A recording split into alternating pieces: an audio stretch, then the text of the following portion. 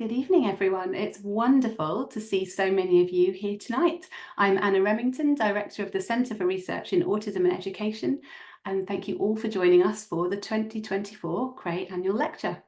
CRAE is a team of autistic and non-autistic staff and students based within the IOE, UCL's Faculty of Education and Society, and part of the Department of Psychology and Human Development.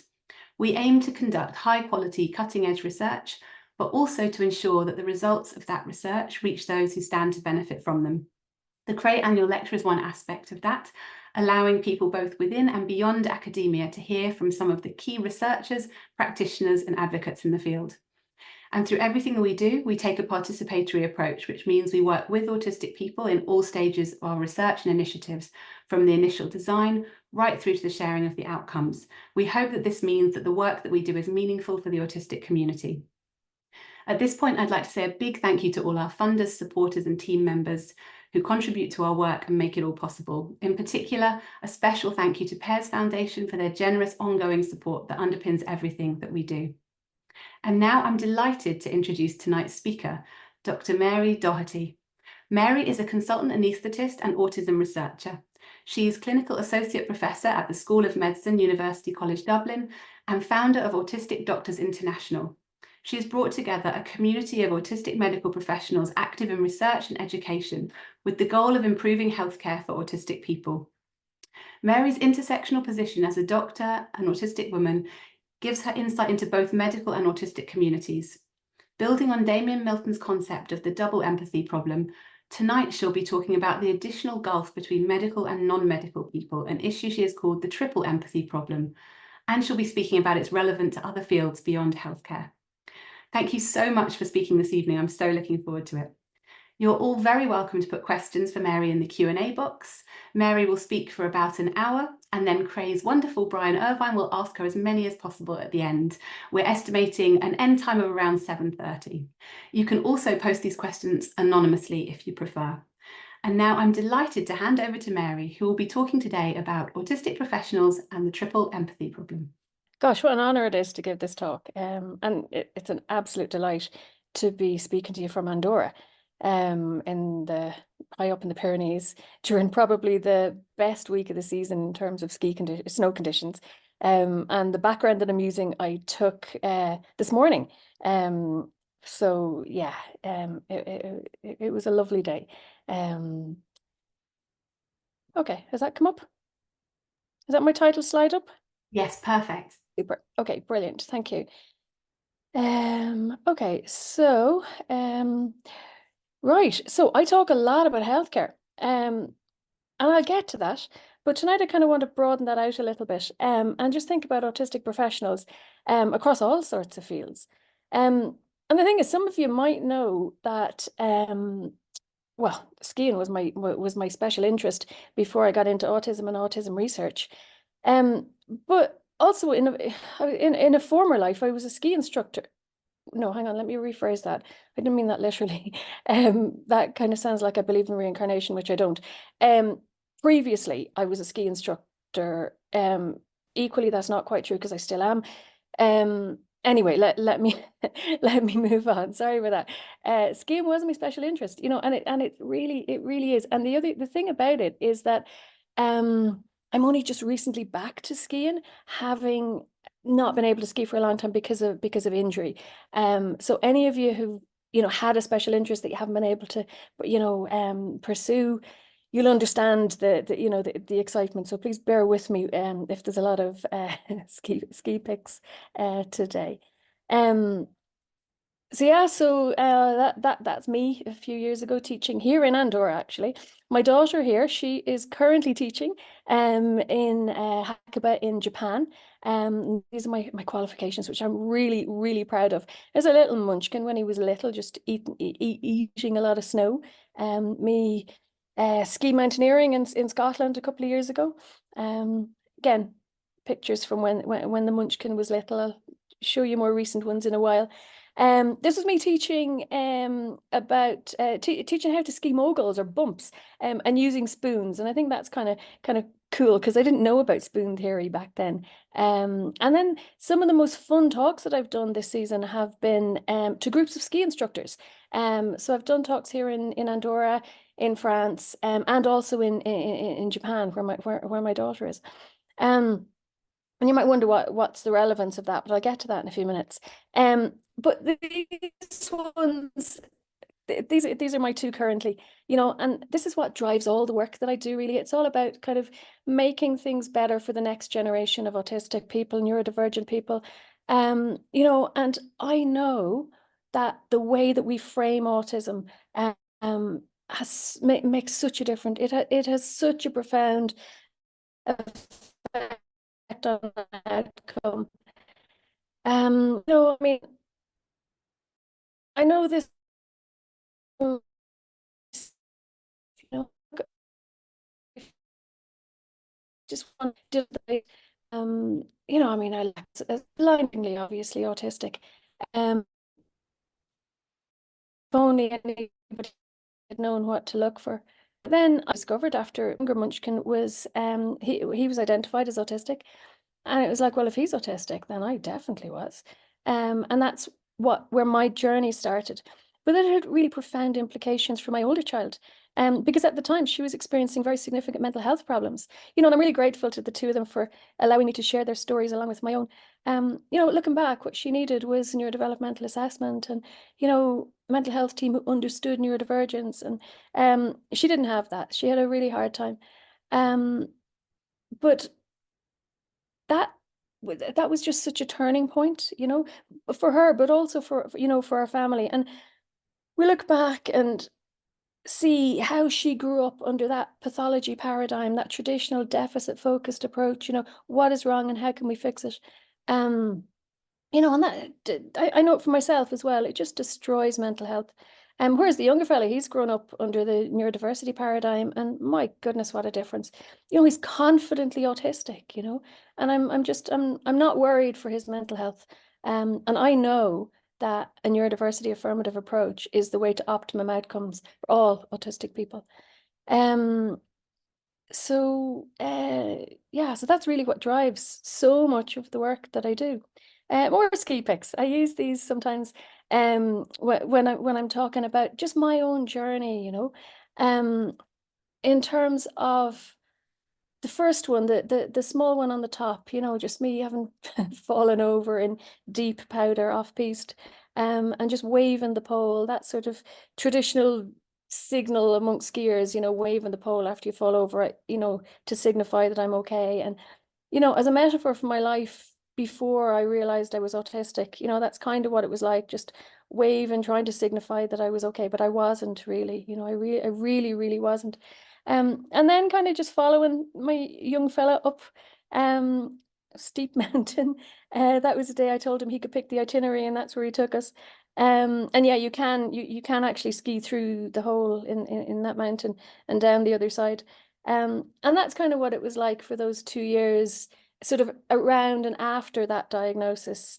But then out the other side, oh my goodness, what a difference. Thriving, genuinely content and happy in a way that I'd never been throughout my life. It was transformational, just recognizing, my own autistic identity, and that's often, ones that I use, particularly when I'm talking to medical people about language and, the importance of using identity first language. So yeah, so then you might wonder where I'm going with this. I will get there. Skiing and neurodivergence. This is the talk that I gave in Japan last month. And the thing is, as I was thinking about it, and the other two talks that I had given previously, I asked the group of ski instructors, had they, as I do, with most groups of doctors that I talk to as well, who's heard of neurodiversity? Not one hand was raised. In the medical world, it's different. I asked that question and almost every hand goes up. If people have heard of it. Now, far fewer hands go up when I ask if anyone, would be confident to define it. But when I talked to the group of both groups of ski instructors, nobody had heard even the term neurodiversity, which I thought was really interesting. The group in Hackaba had a course because my daughter is out there, so they knew. But anyway, I talk a lot about our recent framework, Autistic Space, which I will talk to you about in a few minutes. But just to use some of the pictures that I used from the ski instructors talk, because the thing is, it's like for anybody listening who is involved in autism training, it's very difficult, or it's more challenging to speak to a group with whom you don't have things in common compared to a group with whom you do. Like for example, I find it quite easy to talk to doctors about autism and neurodivergence. Same with the ski instructors. But I did a talk recently for a group of international bankers, and I'll tell you, I was struggling a bit with them, just in terms of having examples that resonate with them and with their own experience. So have a look at some of these. This was describing sound intensity. Okay, so or sound sensitivity. So there's usually loads of noise around a ski resort, around on a chairlift. Lots of people, lots of noise from people skiing, voices, whatever. And it's a real treat sometimes, particularly if it's morning, evening, whatever, first lift, last lift, just be on your own, and I think every ski instructor really enjoys these kind of moments, where the lift goes over the mountain, not over the piece, so you're not hearing people scraping on ice below, people shouting up, people screaming in terror, blissful silence, you might think. Actually not, oops, daisies, not at all. These were sorry, I'm getting a bit distracted simply because there's some noise from outside that I hope you can't hear, but that we didn't have on previously. Anyway, sorry about that. I'll move on. So I use a noise level app, and these they just monitor the sound level, and it's really helpful. I find it really useful. Even say in a restaurant, and if it's if it's quite noisy, it's useful to know what's acceptable or what's a level that I can cope with and what's not. But even I was surprised with these numbers, because that 72 decibels, that was just sitting between pylons. That was just sitting in what seems like silence. And 72 decibels is like kind of between a Hoover and heavy traffic. 85 decibels, that was just the chairlift going over the pylons. And then the 95 and the 101, they were just little gusts of wind. That wasn't a gale blowing that sometimes we're used to. They were just little gusts. And it illustrates to the ski instructors why it's so difficult to chat on a chairlift, when we're autistic. Same with light.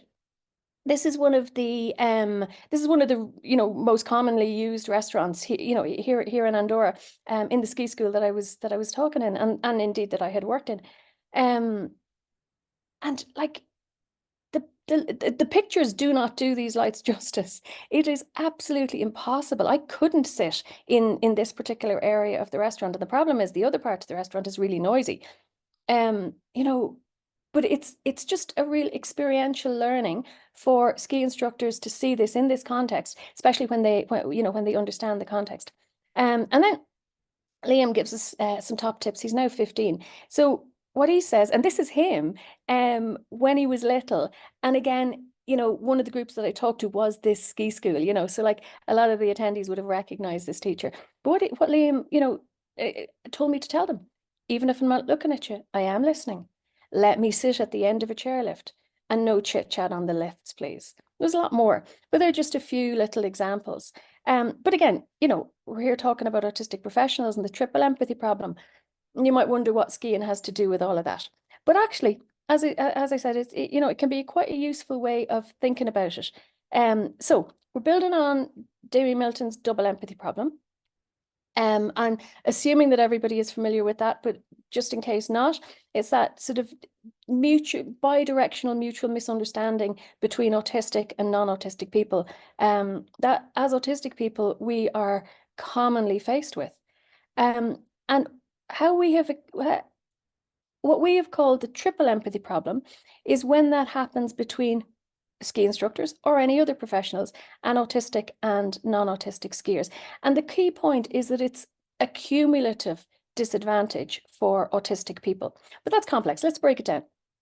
So if you have a ski instructor and a beginner skier, you've got the same sort of interpersonal dynamic as described in the double empathy problem. So a ski instructor has a very different perspective to a beginner skier, for example. And it's really hard for a beginner skier to understand the perspective of the ski instructor, and vice versa, very hard for the ski instructor to understand the perspective of the beginner skier, particularly for most of them who have learned to ski as toddlers. I learned as an adult, so I know what that terror is like. But my younger son, my younger child, my son, he learned as a toddler. He doesn't ever remember not being able to ski, for example. So it's really hard to put yourself, you know, in the other person's ski boots, not literally. And that's particularly the case if you have a non-autistic ski instructor with a non-autistic skier. But then if you have an autistic skier, you've got that same disconnect between the instructor and the learner, but you have also, on top of that, got the disconnect between autistic and non-autistic. And that is where the cumulative disadvantage comes in. Now, of course, if you've got an autistic ski instructor, the cumulative disadvantage is on the other side. It's with the non-autistic skier, whereas with the autistic skier, you've only got the disconnect, the difference in perspectives between the professional and the layperson. Having said that, I think for an autistic ski instructor with a non-autistic skier, that double empathy problem is going to be a lot less than the other way around, simply because we, given the fact that we're the minority group, we have to learn non-autistic communication, whereas non-autistic people don't have to learn ours. So it is a bit less. And same as in medicine, ski instructor training involves a lot of communication, but of course it's from a neuronormative perspective. And there's nothing about autistic communication. And this is relevant to any other professional. You have that cumulative disadvantage for autistic people in any setting where autistic people interact with a professional in any field, whether it's justice, whether it's education, any field. And this is how we've described it in our paper that we published last year in Autism on barriers to healthcare. And that was a follow-on from our previous barriers to healthcare paper, which the first paper described the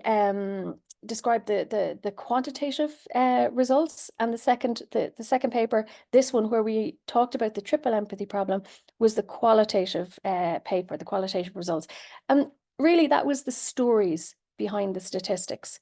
I'll tell you a bit more about that in a while. But first of all, just to see where all this is coming from, this is Sue McCowan and Seb Shaw are my co-authors on the Autistic Space Framework, both co-leads in Autistic Doctors International, and that's the wider leadership team. So we have a really active leadership team. That's our website, and all autistic doctors, all committed really to supporting our colleagues, but also to improving healthcare for autistic people. Our biggest team is the psychiatry team. So that's the psych leads team, because there's so much work happening in psychiatry at the moment. And really what we do is peer support, advocacy, research, and education on a foundation of neurodiversity affirmative principles. Strategic and focused advocacy from the start. We started in 2019, and actually it's worth saying we started with 7 members, and we've now got about 900 in the group, and then we've got an associated group for autistic medical students, and there's about 200 in that. And our principles are about sort of building and maintaining our credibility, particularly with our medical peers, because that's the thing that we recognized quite early on. Just the fact that we're autistic means that we can't expect the same level of credibility amongst our peers as our non-autistic colleagues can. It's that epistemic injustice, that idea that, and that's why it's so difficult. And that's why it's so difficult for some of our members to be openly autistic. And you may have noticed on the slide with the pictures of the leads group, just some of the silhouettes, and these are senior successful doctors who just can't be openly autistic at this point in time. So that's the thing about credibility. We've worked really hard to build that credibility, and and I think we are gaining that. And we're very, very mindful of not losing it. We've prioritized group cohesion over individual issues. Our group ethos is one of radical acceptance. The membership criteria, you just have to be autistic. You just have to be a doctor and identify as autistic. You don't necessarily need a formal diagnosis. Sorry, you don't need a formal diagnosis at all. We absolutely recognize, sorry, just got a bit distracted there. So membership criteria, medical degree, or be in medical school for the students group, and identify as autistic. And I've talked to you about the core team and the wider leadership team. We also recognized early on that the only way to really make change in healthcare, in medicine, is research, data, publishing in the peer-reviewed medical literature. So that's what we've prioritized, and you can find all our publications on our link tree. I think most of our work is open access. We have published open access where we can. We haven't always been able to do that, but most of it is available. And the thing is, we prioritize publishing in the medical literature because we know that in general, doctors generally don't read the autism literature. So we've very much tried to tailor our work to our medical peers that we really want to learn about autism. One of the pieces of work that we did was a membership survey. And at the time, we probably had around about 500 in the group. So we got quite a good response, 225, no, there was about 400, I think. Anyway, majority were formally diagnosed. What's really interesting is the age at diagnosis. Like we have a significant minority of people diagnosed in childhood. Not what people tend to assume. People tend to assume that, we're all late diagnosed, autistic. And sometimes the subtext of that is not really autistic at all, which can be quite frustrating. But, so many of us had no access to diagnosis, had no idea, had no clue that we were autistic. And a lot of that's because the diagnostic criteria are just so deficit focused. But I'll come back to that. The specialty breakdown, again, not what people tend to assume. Our biggest group are GPs. Second biggest group are psychiatrists, then followed by anesthetists. And it's worth mentioning that when you consider the relative numbers of GPs in practice and the numbers of psychiatrists in practice, you wonder, are autistic psychiatrists the most overrepresented group? Certainly in ADI, they are, absolutely. There was a couple of things interesting about the survey, and it's a whole talk in itself, this paper, but I just wanted to show you some data around mental health.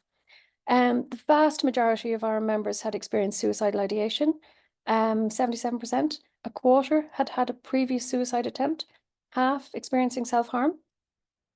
How we viewed autism was interesting. The majority seeing autism as difference, just over half as a disability, and a significant minority, 13%, viewing autism as disorder. Now, they weren't mutually exclusive. Most people preferred the term autistic doctors. And interesting that considering autism to be a disorder was associated with a preference for the term doctors with autism. And really interestingly, considering autism to be a disorder was associated with having attempted suicide. And there's different ways you can, interpret that. But, I think it validates, for me, I see that as seeing autism as disorder is really negative in terms of mental health. And, it solidifies my view that a neurodiversity affirmative approach is the optimal way to go. We did another study with our medical students. I won't go into this again, it's another whole talk on its own. But what's really interesting about this one was that we published it in Medical Education, top medical education journal last year, and we just received notification recently that we've won an award for it as the most downloaded paper of last year. So that's just phenomenal. numbers of medical educators, who now know about autism in a way that they never did before, particularly because we managed to get Autistic Space into into the paper, which was really nice. The other interesting thing was for our med students, the most common reaction when they were, if they were struggling, was that they should take time out, which kind of nonsense, really, because like it's not as if they're going to come back the following year and not be autistic. So we really need to start, finding ways to support our medical colleagues in much better ways. Now, the other slide that I should have put in that I must have got lost on an edit was about the numbers of the numbers of respondents who are working, which was 82% of our respondents were currently working at the time of survey. Some of those who weren't will have been retired. Some will have left the profession early. But it's really important to consciously challenge the association, which is really prevalent in medicine, between being autistic, being an autistic doctor, and being in difficulty. The vast majority are not at all. The vast majority are doing fine, at least on the surface. I mean, it's costing us a lot. It would cost us an awful lot less, if we had understanding from our colleagues and had some accommodations. But most autistic doctors are doing absolutely fine. The thing is, most who disclose are those who need accommodations or are in difficulty. The vast majority who are not in difficulty do not disclose. So it really perpetuates that sort of association, which is really unfortunate. But just the fact that neurodiversity is such a hot topic across medicine, particularly in the NHS at the moment, it's just a phenomenal achievement, really, I think.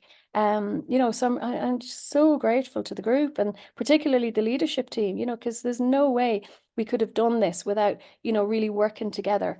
And this is where we started. 2019, myself and a colleague and friend, Dr. Shirley Moore, we went off to a European Association for Physician Health conference, and we talked about autistic doctors. And this is the first time that autistic doctors were ever talked about in public. And we subtitled our talk, "Not an Oxymoron," because it was that much of a taboo. It was that much of, there was just complete disbelief at the idea. For anyone not familiar with the term oxymoron, it means putting together two words or two concepts that are mutually contradictory. The idea that you can't be autistic and be a doctor. You can't, be a doctor if you're autistic. And in fairness, that notion is still out there amongst some of our colleagues, unfortunately. But the vast majority, I think, are moving towards a neurodiversity informed perspective. And like where we've come to, this is some guidance that was recently put out by COPMed, which is the Conference of Postgraduate Medical Deans in the UK. So this is across all 4 nations of the UK, and they now have neurodiversity guidance.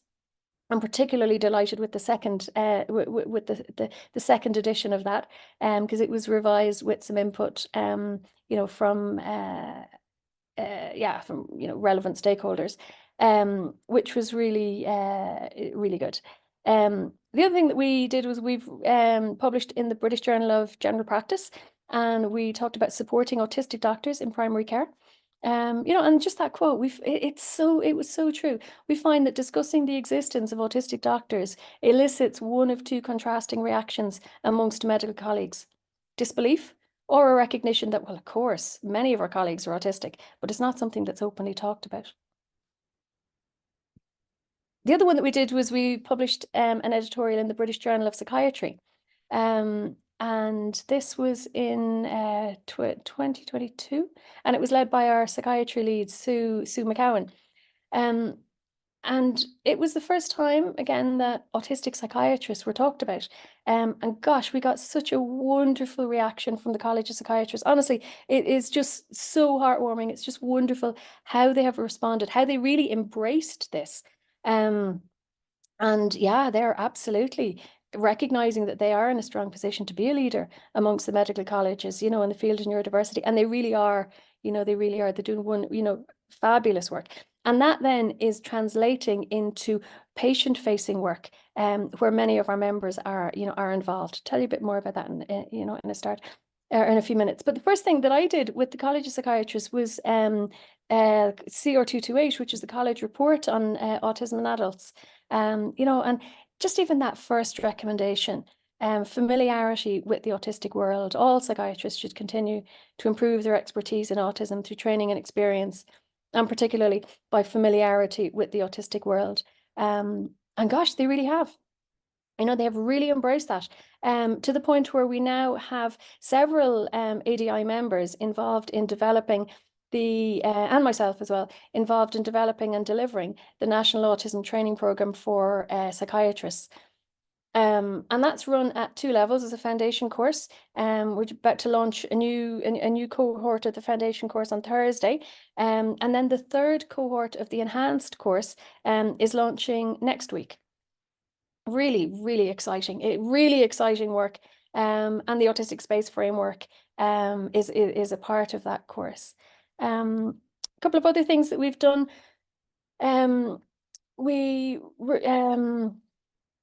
Yeah, this was about basically changing the narrative in psychiatry and recognizing the numbers of autistic people who are coming through unrecognized, undiagnosed. And then thinking about, you know, prevention of mental ill health for autistic people. And yeah, so this is a couple of other things have been done by ADI members. This was about ABA and neurodiversity, and that was for a UCAP webinar. And also, this was also Sarah Bernard, who did the previous one. She led this project. This was a response to a discussion that was happening in JAMA Pediatrics. And for anybody not medical, that is the top, you know, that is one of the top journals in pediatrics internationally. It's based in America. But just the fact that there was a discussion, this was in response to an article, and we took the opportunity to write a response, and just to have that discussion happening, you know, to be able to have autistic doctors, pediatricians, psychiatrists, geriatrician, writing and having this accepted in JAMA Pediatrics that ABA is harmful for autistic people, you know, and that interventions should be neurodiversity affirmative. That was good. That was big. But it's not just us, you know, I mean, it's happening right across so many fields. And that's what I really want to, you know, us to focus on tonight, rather than just thinking about, you know, about healthcare. But, you know, let's start with healthcare. Nursing, you know, the Royal College of Nursing were the first college to bring out some guidance around neurodivergent members. And, you know, having autistic nurses working in the system, that's the way to really maximize improvements for autistic patients. Because, you know, even while we might do, you know, training, it's often a, you know, it's maybe a one-time workshop, or, you know, and the impact of single event trainings, you know, it's not good. It doesn't, people don't retain the knowledge. But the way that people do retain knowledge is when they learn from peers, when they learn from respected and trusted peers on an ongoing basis in the course of their work. You know, and I just love this this tweet from Emily Katie, who's a mental health nurse, and her book is coming out, so do pre-order that. That's going to be a really interesting one. But I just love the tweet about the clocks. I learned today that the reason our office has silent clocks is because my team lead bought them specifically because she knew I would struggle with ticking clocks.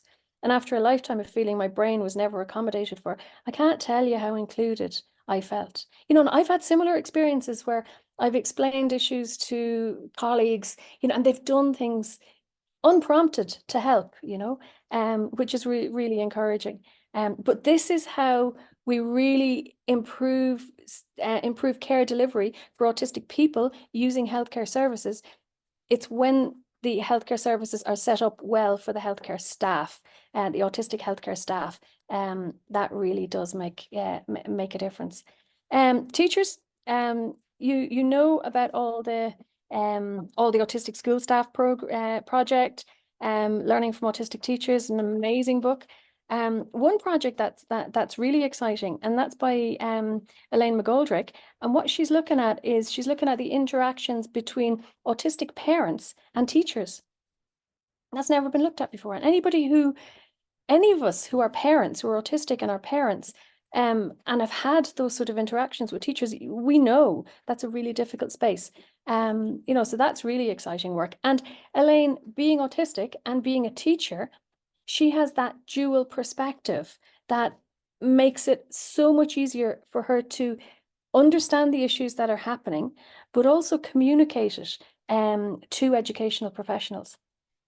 Again, there's loads of others. National Police Autism Association, they're going for years. I couldn't actually find when they started, but their blogs go back to like, I think 2015. So they may well have been, the first workplace autism association. But Neurodiversity in Law, there's, academic work now looking at the experiences of autistic police, vets, dentists, speech and language therapists, occupational therapists, physiotherapists, paramedics. Paramedics are just so important because, particularly in an emergency healthcare situation, having a paramedic who is autistic and understand the needs of an autistic person in a healthcare emergency. And then the important thing is that gets transmitted, that gets handed over to the medical staff in the emergency department alongside the medical information, and that's when people really take notice. Really exciting work happening in the psychology world at the moment. Even there was a special issue in all about neurodiversity and work around autistic psychologists. Emily Lovegrove, her book on autism and bullying and me is an amazing read. And again, it's that autistic perspective. Same with Thriving Autistic. That's a collection of autistic therapists, autistic and neurodivergent therapists, I think.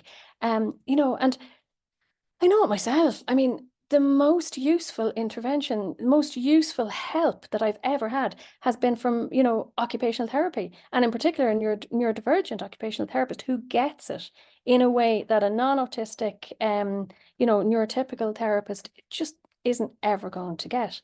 Now I'm not sure why the clergy pick ended up in there, but anyway, anyway, autistic clergy as well. There is work around, being done about what autistic clergymen need in terms of, in their field.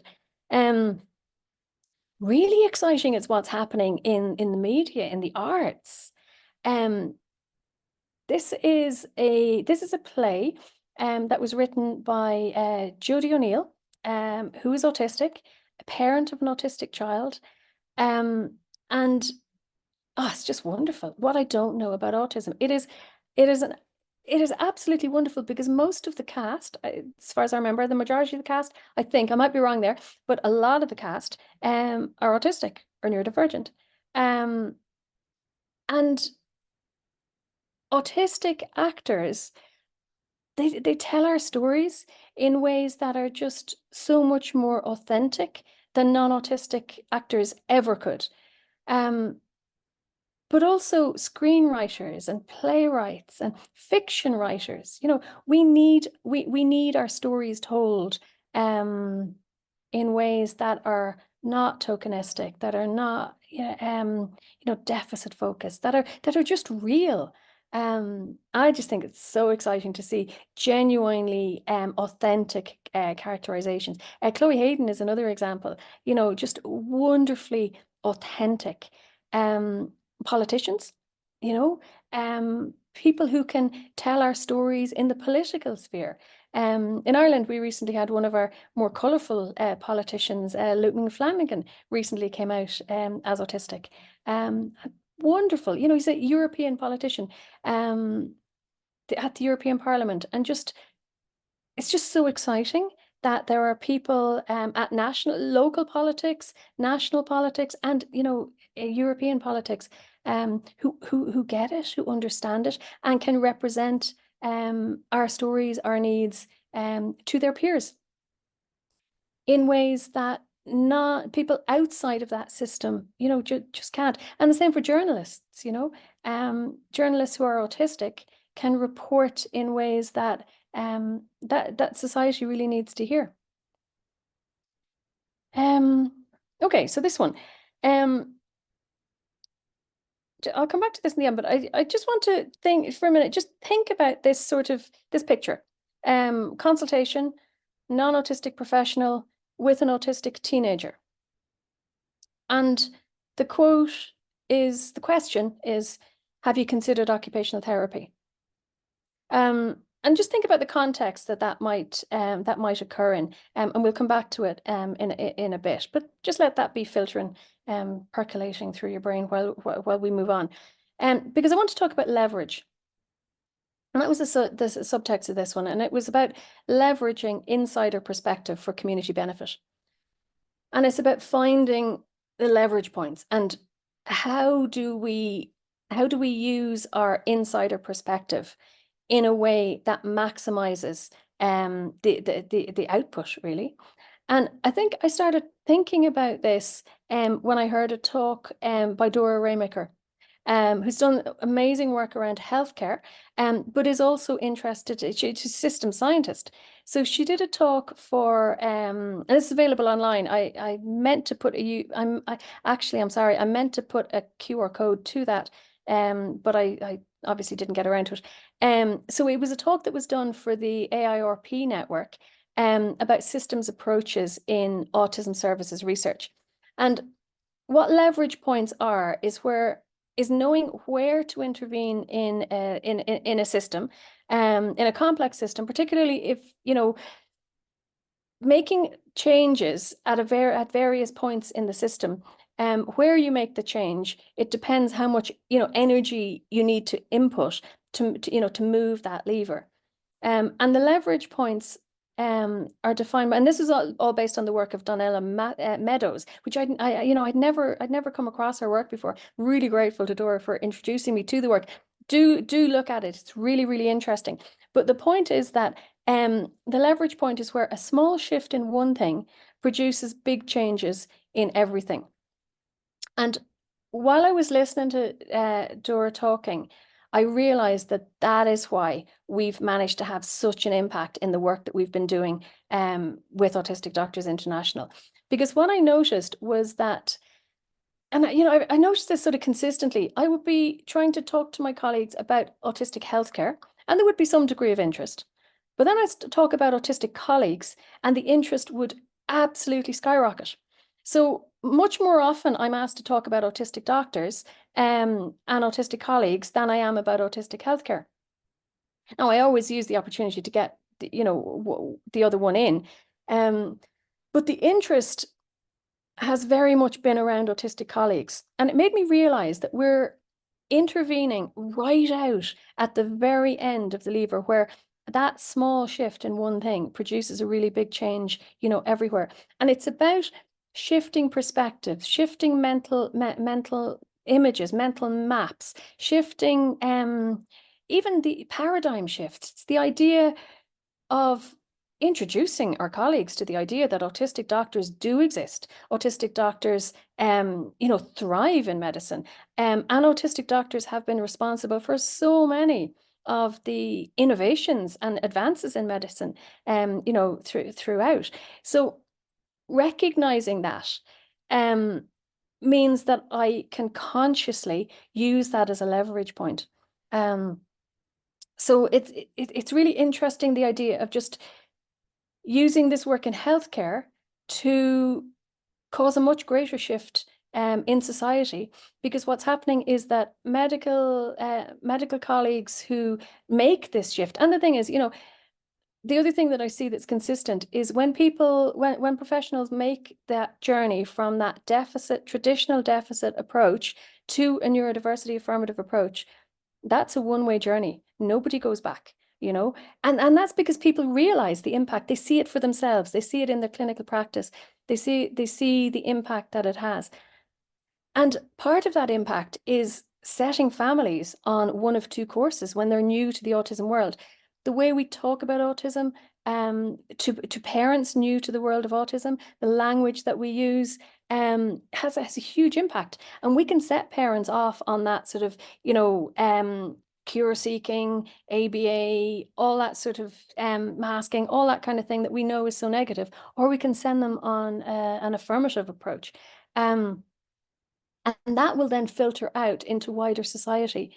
So I think that's really exciting, and I'm just, you know, so thankful to Dora for introducing that work.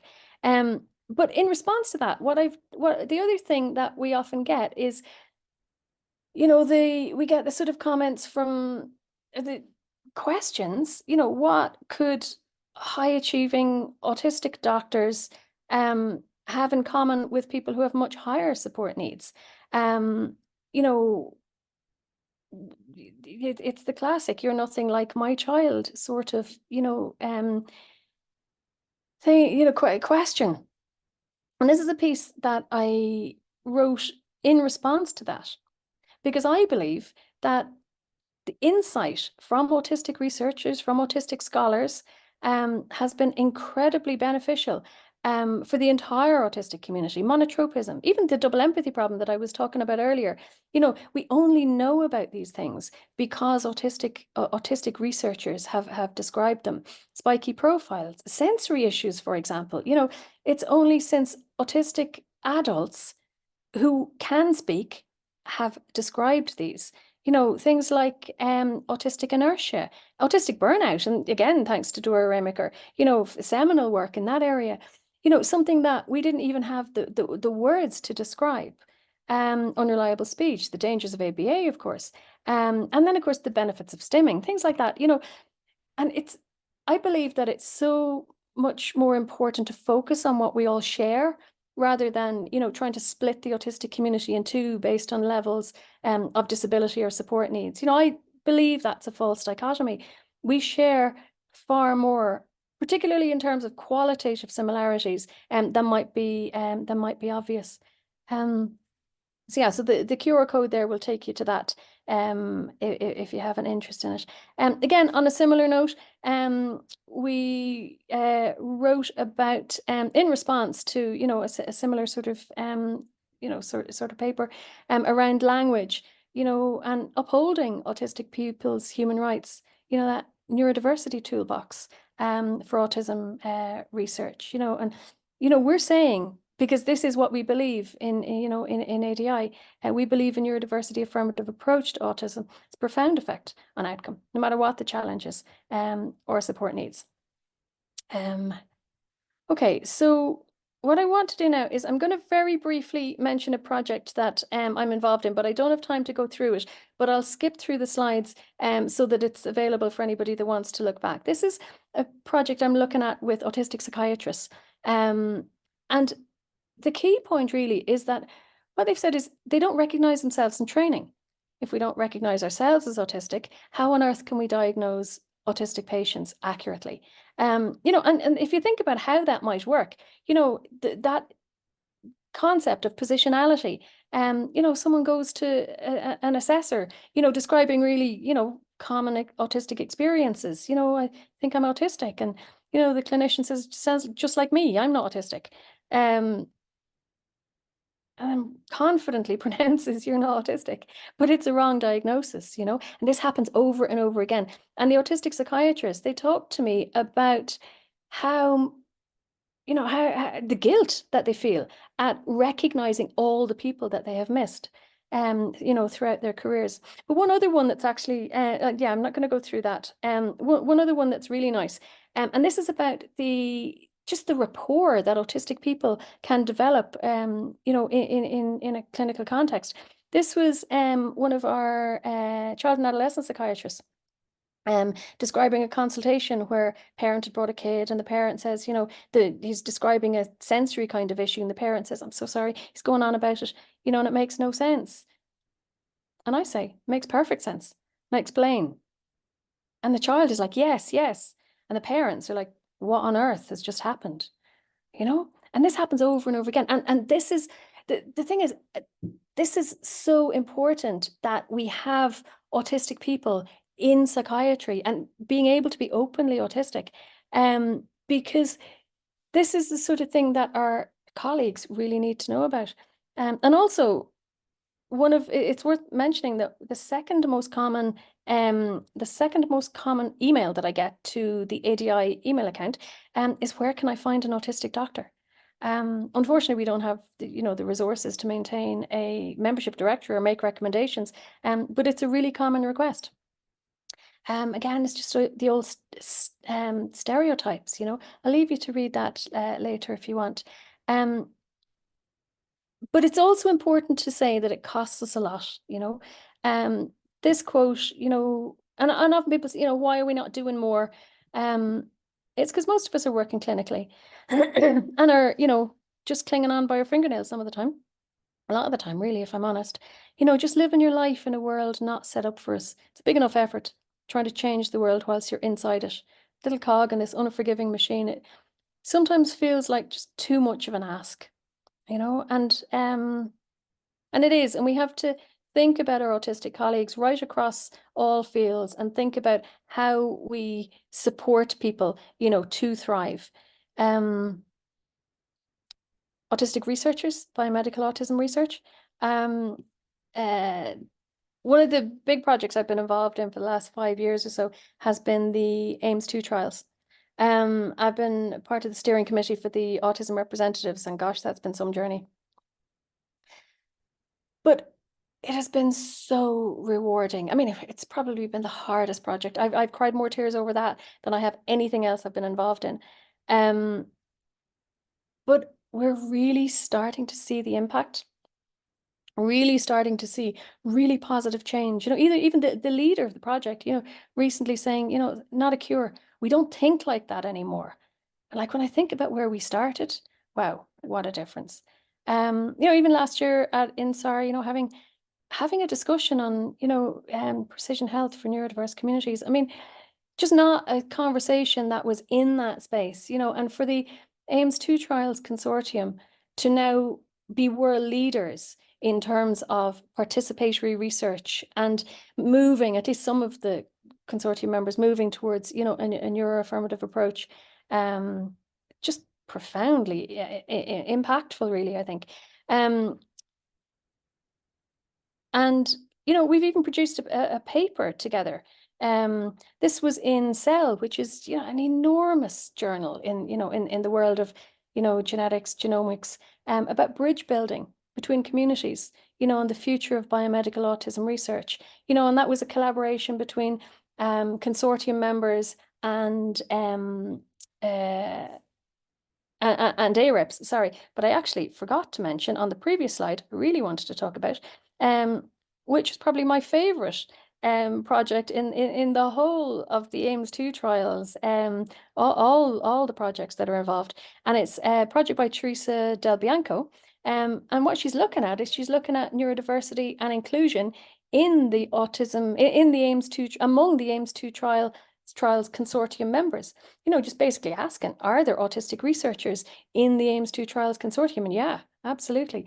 And even to be having that discussion beyond our wildest dreams 5 years ago when all this started, and the change, the really positive changes that we're seeing, even in terms of autism accommodations and sensory accommodations, even at conferences, from year to year. Wow, the difference is just phenomenal. And we just need to be having those conversations, and we need to be supporting the autistic researchers in that world, because gosh, that's a tough one. Some of the really nice things to come out of that, because Eva Lath is Deputy Director of the AIMS-2 trials, and this is absolutely my favorite project at the moment. The Respect for Neurodevelopment network. The website is down there. Do have a look at it. Do join up. Sign up to the mailing list. It's a really, really good network, and it's inclusive and it's participatory and neuroaffirming from the start, which is just fabulous.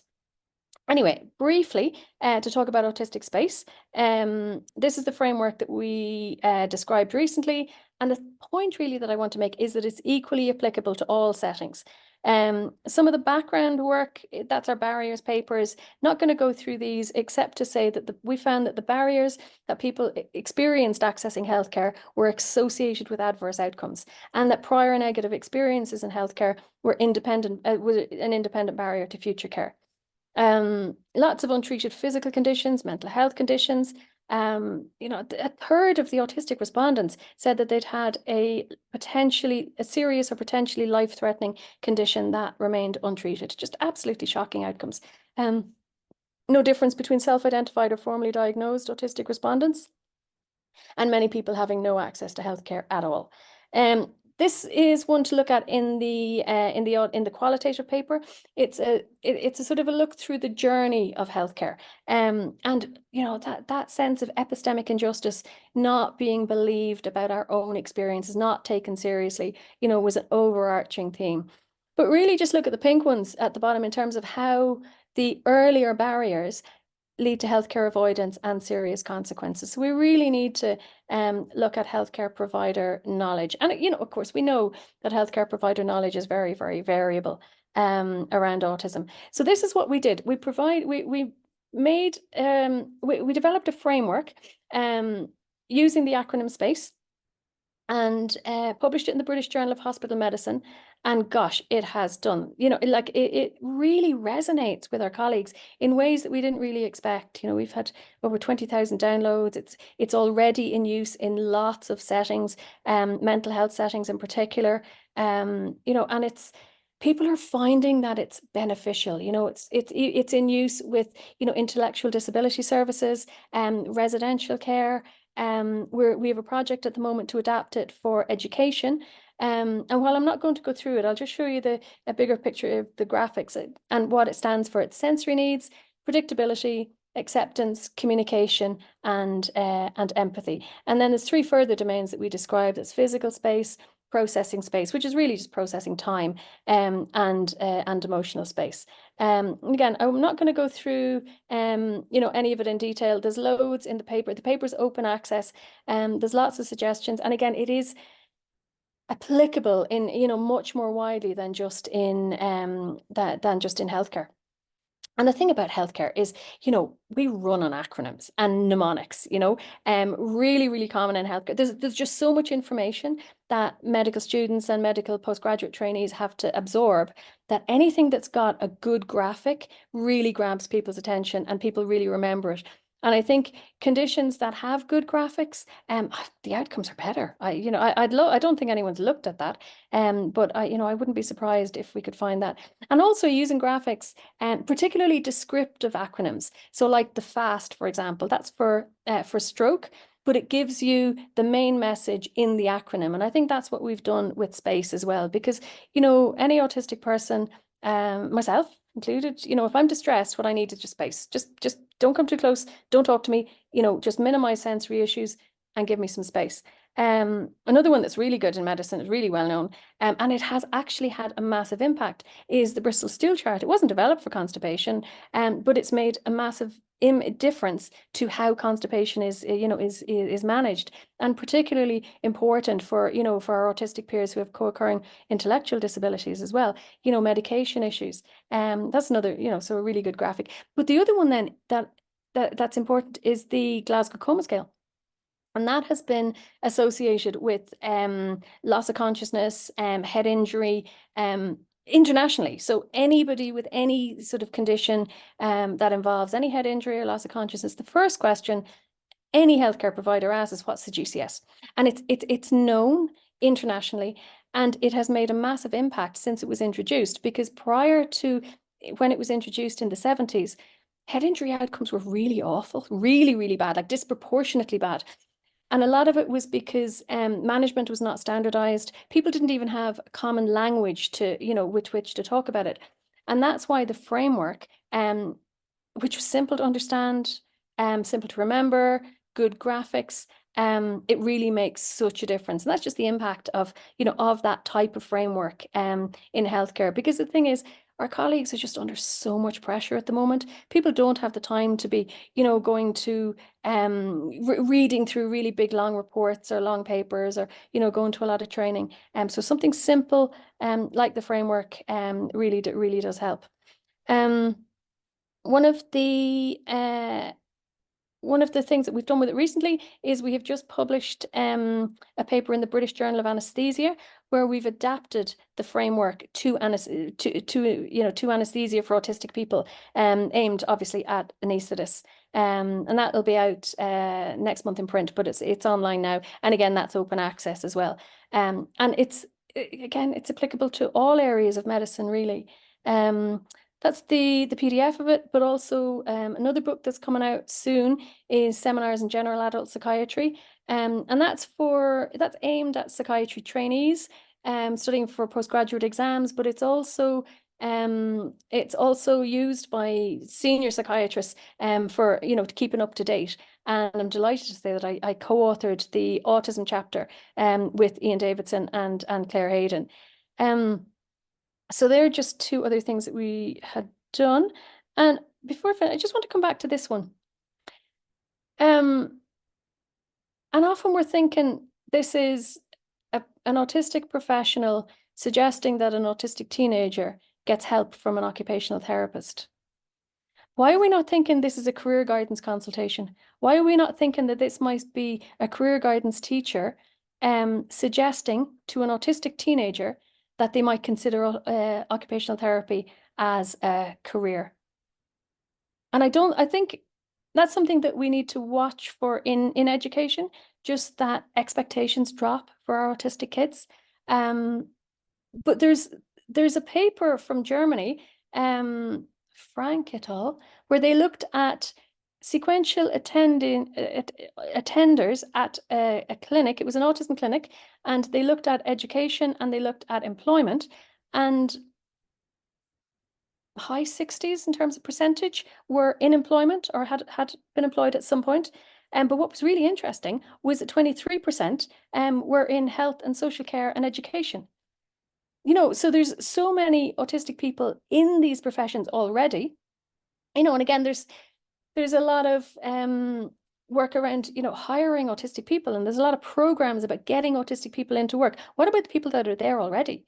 They're the best people to be mentoring new autistic employees. So we need to really be thinking about getting our autistic teens into these fields. I'm going to finish up there, I think, nearly anyway. And just by saying that autistic professionals exist as a hidden minority, usually in all fields. There's growing awareness, though. That's the thing. Growing awareness of autism and neurodiversity everywhere, across all fields, except ski instructors, potentially.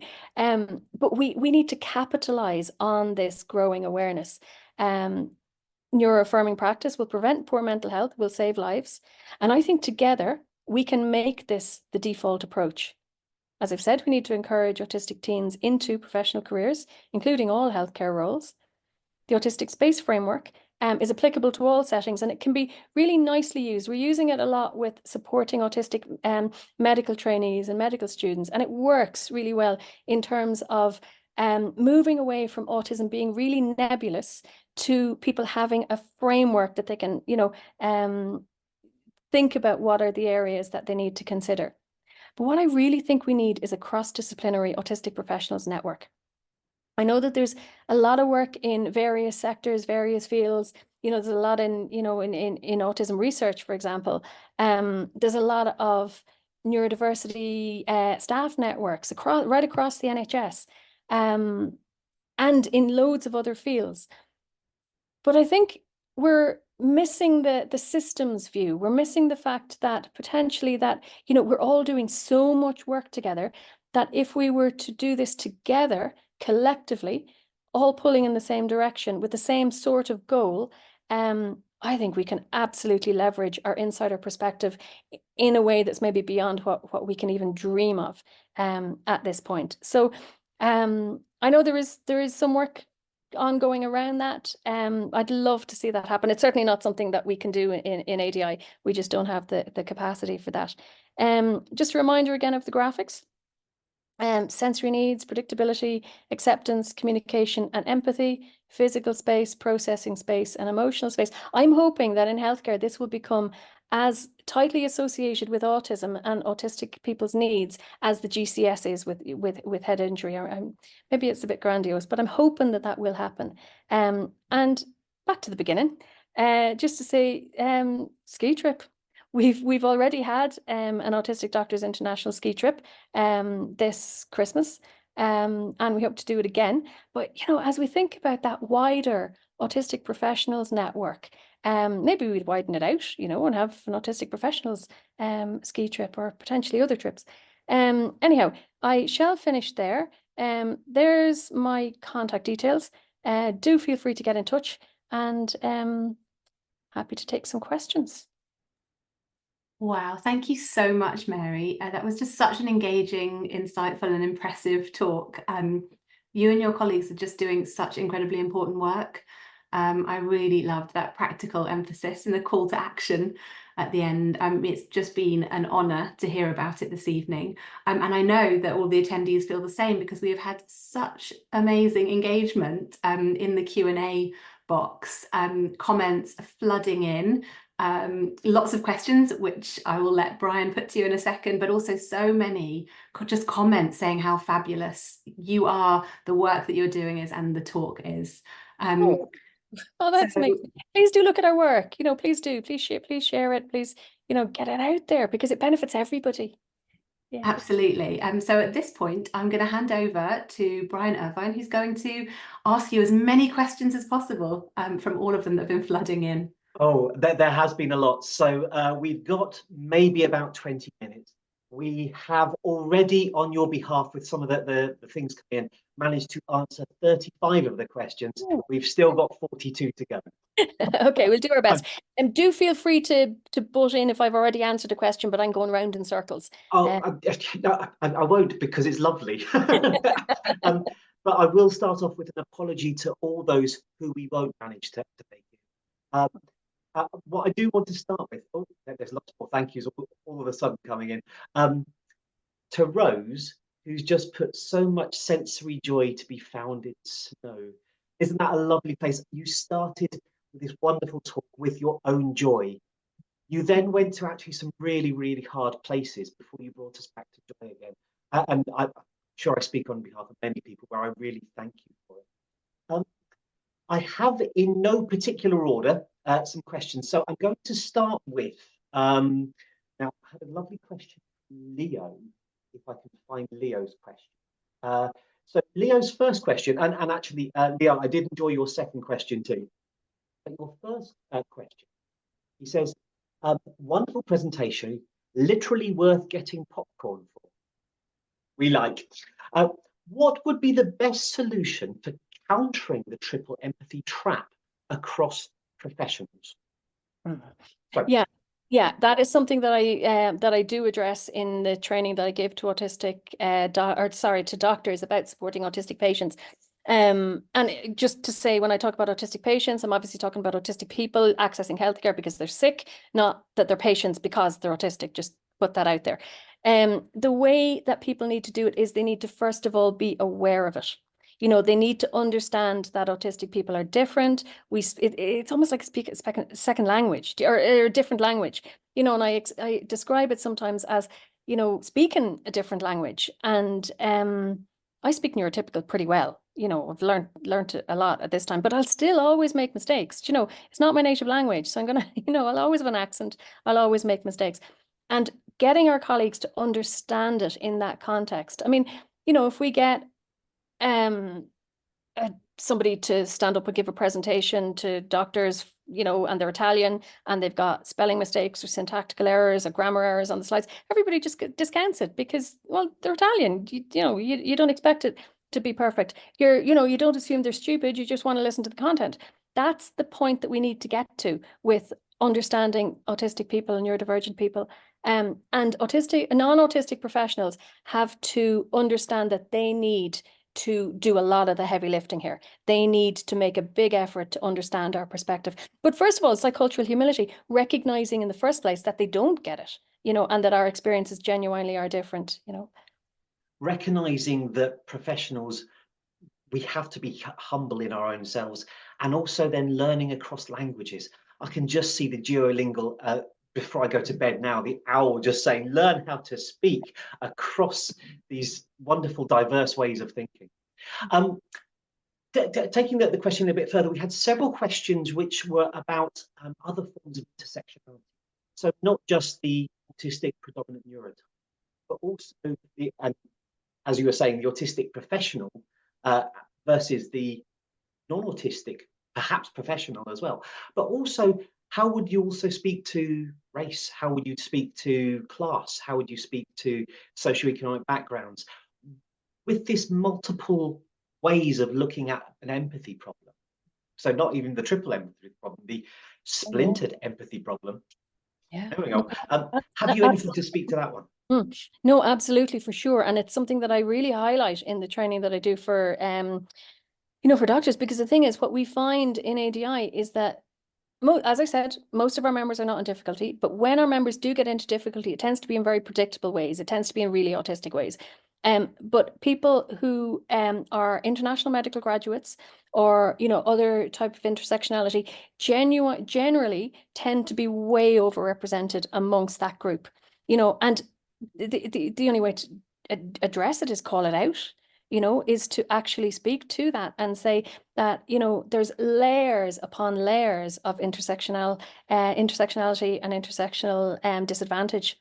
And then in terms of our privilege, just recognizing our privilege as doctors, our privilege, even as autistic people, being able to work, being able to, earn a good income, being able to go skiing, I recognize that is a real privilege, but it's very much for me, I think, about using that privilege collectively for the benefit of the community, but also recognizing where we don't have that privilege. I mean, we don't have parity of esteem with a lot of colleagues. We certainly don't have parity of esteem in the autism research world. We're getting closer, but we definitely don't. And that is something that we just need to acknowledge, and work around. You do an amazing thing when you answer questions. You start with the dark place, and then you flip it to show us what can be, and then you kind of guide us between the two. I am in absolute awe. It is lovely to see a real professional at professionalism.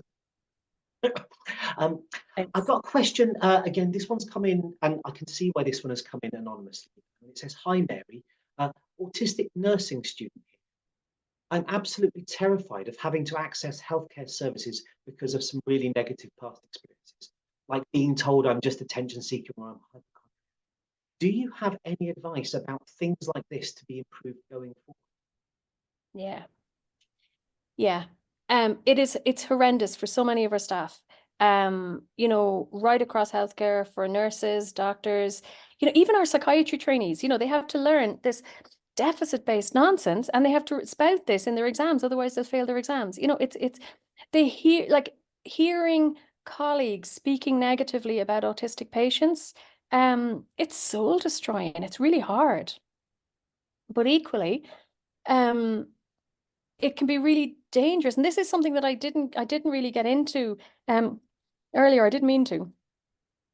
But it's really dangerous to disclose for an awful lot of, a lot of our colleagues, and particularly for people early in their career,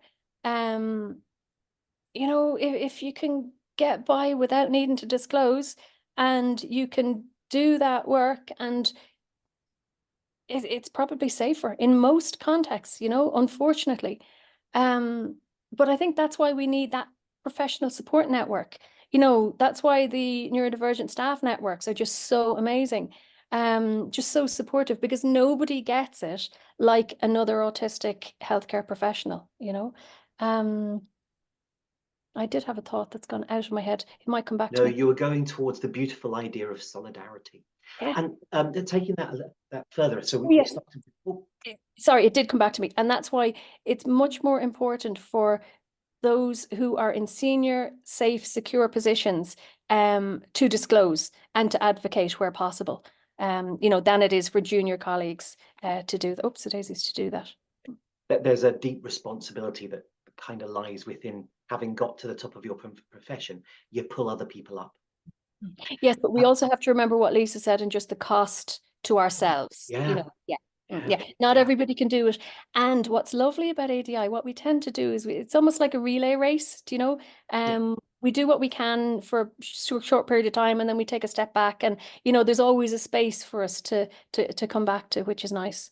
But That's why, you know, passing on the baton is just such an amazing tool. And so at one point we almost maxed out at about 300 people who were joining us to talk about this. This is passing the baton on spectacular.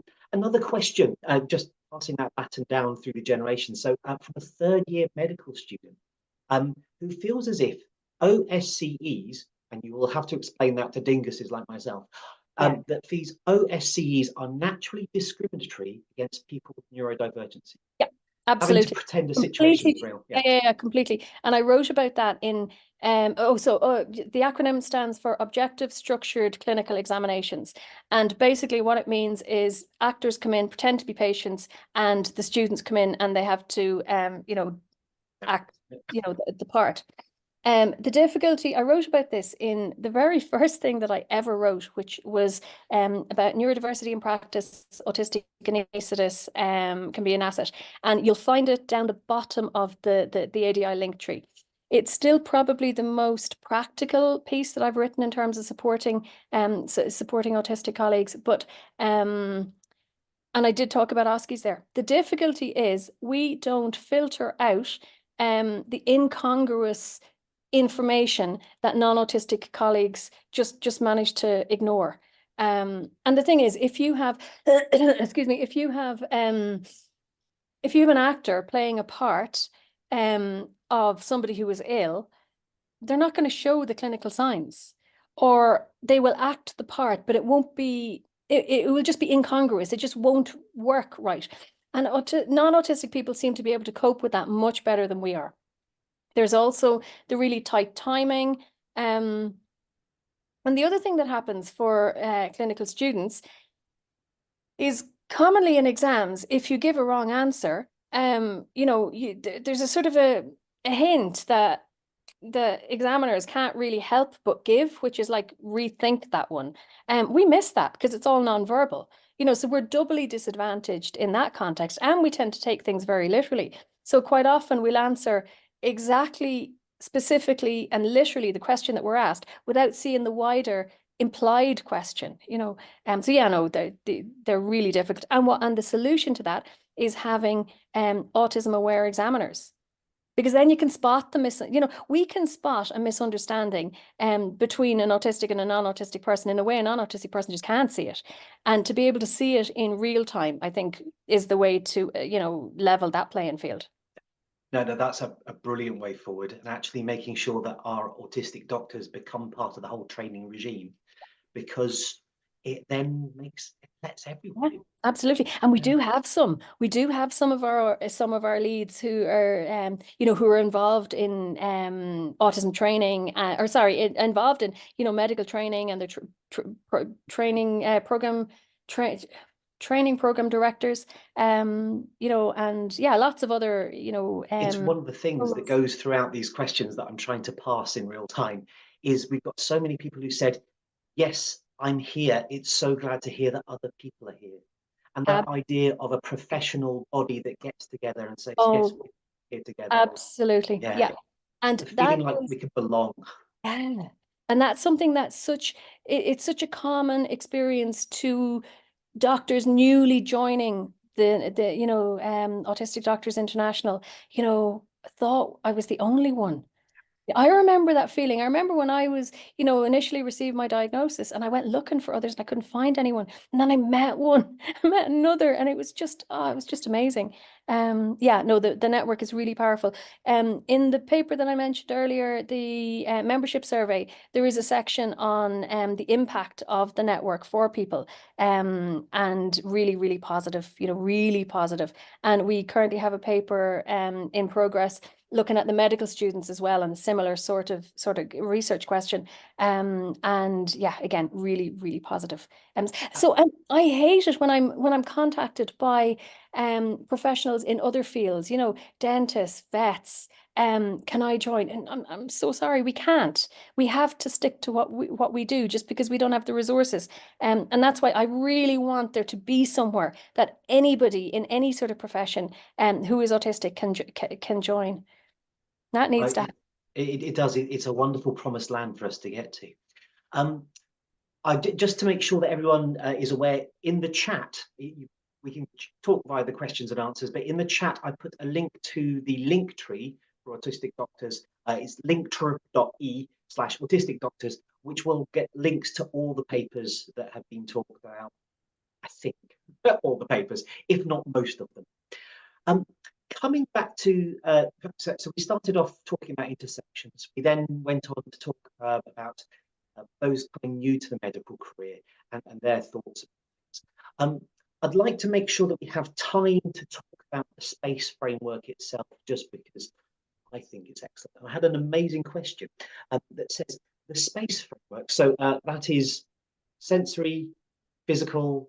No, sensory, predictability, acceptance, communication, and empathy. There we go. And then physical space, processing space, and emotional space. And the thing is, the physical space, processing space, and emotional space is easily remembered by doctors because it's PPE. And for the last 4 years, we've all, we've all been dealing with PPE. Yeah. So that, yeah. So the space framework is good practice for all humans. Do you worry that by saying it's for autistic individuals, it could potentially limit the widespread uptake of this as an extraordinary practice? Equally, I think. I'll come back to the second part of the question. Yeah, no, go. Yeah. No, go for it. What was the second part? Equally, is there a risk that soon there'll be a saturation with regards to frameworks as other advocacy groups put forward frameworks for supporting, especially? So they go on to talk about frameworks in special education, needs, disabilities, schooling, and sometimes it becomes overwhelming. Do we need a framework for frameworks? That was just my thought at the end. Yeah, no, I do. I hear you. Absolutely. And that is the case. There are loads, and people tend to naturally be most attached to something that they've developed themselves. And sometimes I don't know. I mean, it's a bit like, sort of people talk about reinventing the wheel, but it doesn't really matter if there are loads of wheels. It's fine. It doesn't matter as long as we, have something that gets us where we need to go. And I think various frameworks might be more applicable maybe, or just more easily adopted in different settings. I don't know. I mean, we are adapting, as I said, the space framework for education. Will it be as well received in education as in health? I don't know. But yeah, I know there are a lot. But I think what's nice about ours is that it's that descriptive framework. So it tells you from just the acronym itself what the main message is. But in terms of it applicable to everybody, I know we always say that making things better for autistic people in healthcare improves things for everybody, and that is absolutely true. But I think what's really important, especially in the current, just the way things are currently in health, which is absolutely awful. Awful for everybody. There's such a pent-up demand still, since COVID.